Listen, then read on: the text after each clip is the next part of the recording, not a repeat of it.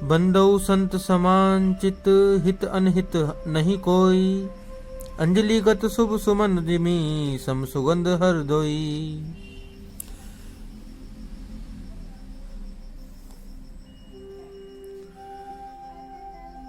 मैं संतों को प्रणाम करता हूँ, जिनके चित्त में समता है, जिनका कोई मित्र है, जिनका ना कोई मित्र है और ना शत्रु।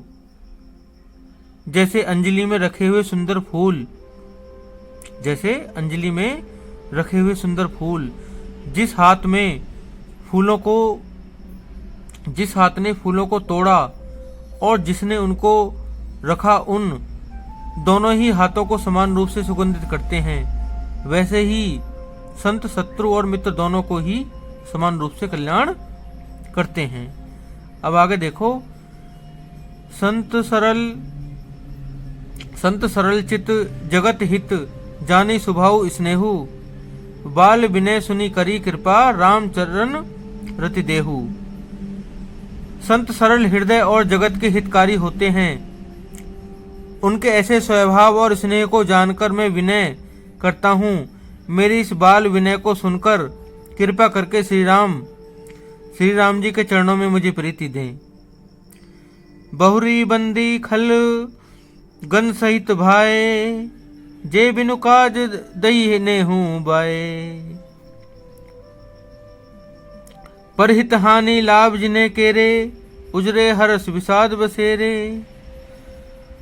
अब मैं सच्चे भाव से दुष्टों को प्रणाम करता हूँ, जो बिना ही प्रयोजन अपना हित करने वाले के भी प्रतिकूल आचरण करते हैं। दूसरों के हित की हानि की जिनकी दृष्टि में लाभ है, जिनको दूसरों के उजाड़ने में हर्ष और बसने में विषाद होता है। हरिहर जस केस रहू से, पर अकाज भट सहस बहू से।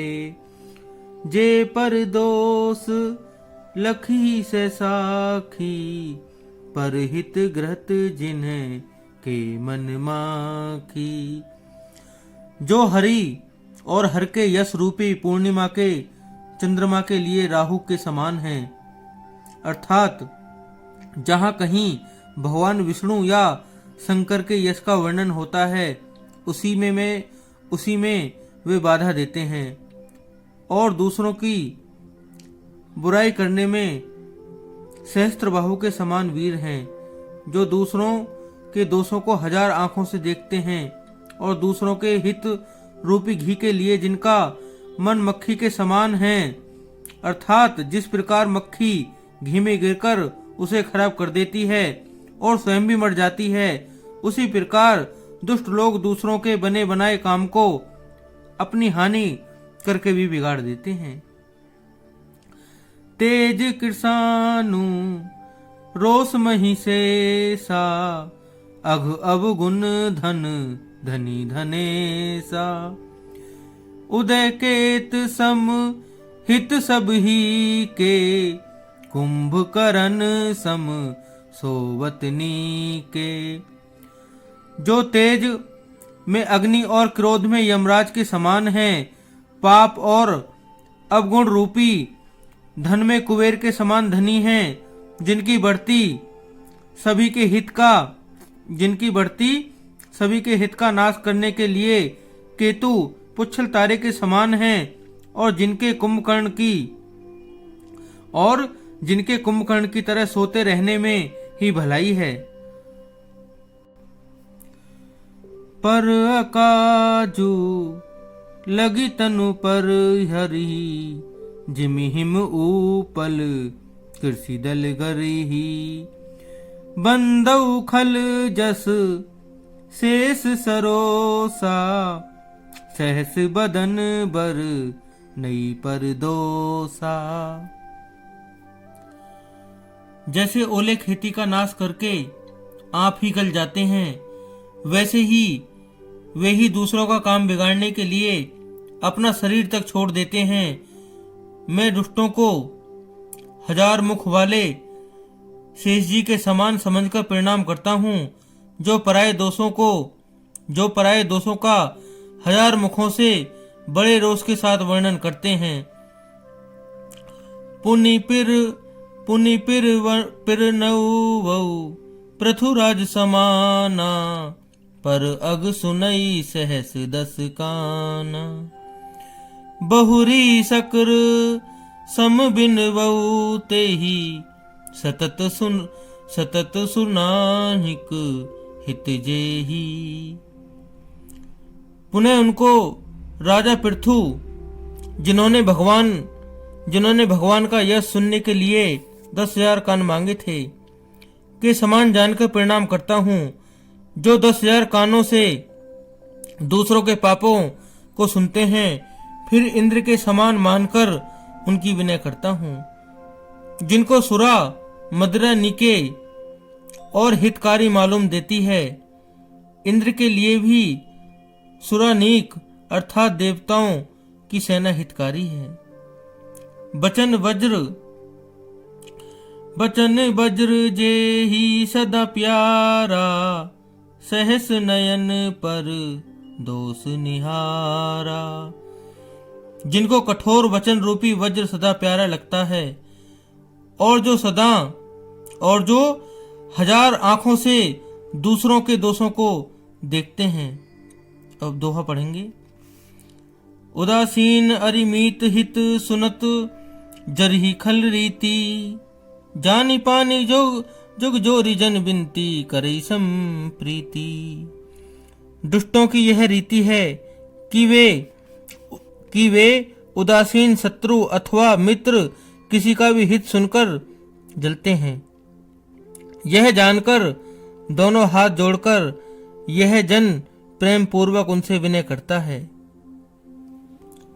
मैं अपनी दिसी कीनी निहोरा, तिन्हें निज ओर ने लाबऊ भोरा।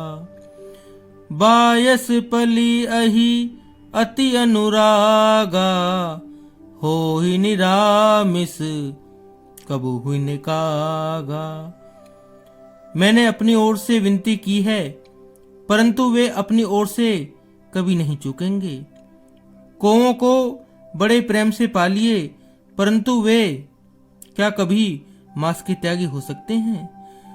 बंदौ संत असज्जन चरना, दुख प्रद उभय बीच कछु बरना। बिछुरत एक प्राण हरि लेहि, मिलत एक दुख दारुण देहि। अब मैं संत और असंत दोनों के चरणों की वंदना करता हूँ। दोनों ही दुख देने वाले हैं, परंतु उनमें से कुछ अंतर कहा गया है। वह अंतर यह है कि एक संत जो बिछुड़ते समय प्राण हर लेते हैं और दूसरे संत मिलते हैं तब दारुण दुख देते हैं। अर्थात संतों का बिछुड़ना मरने के समान दुखदायी होता है और असंतों का मिलना। उपजहि एक संग जग माही, जलज जोंक जिम गुनि बिलगाही। सुधा सुरा सम साधु असाधु, जनक एक जग जल दिया गाधु।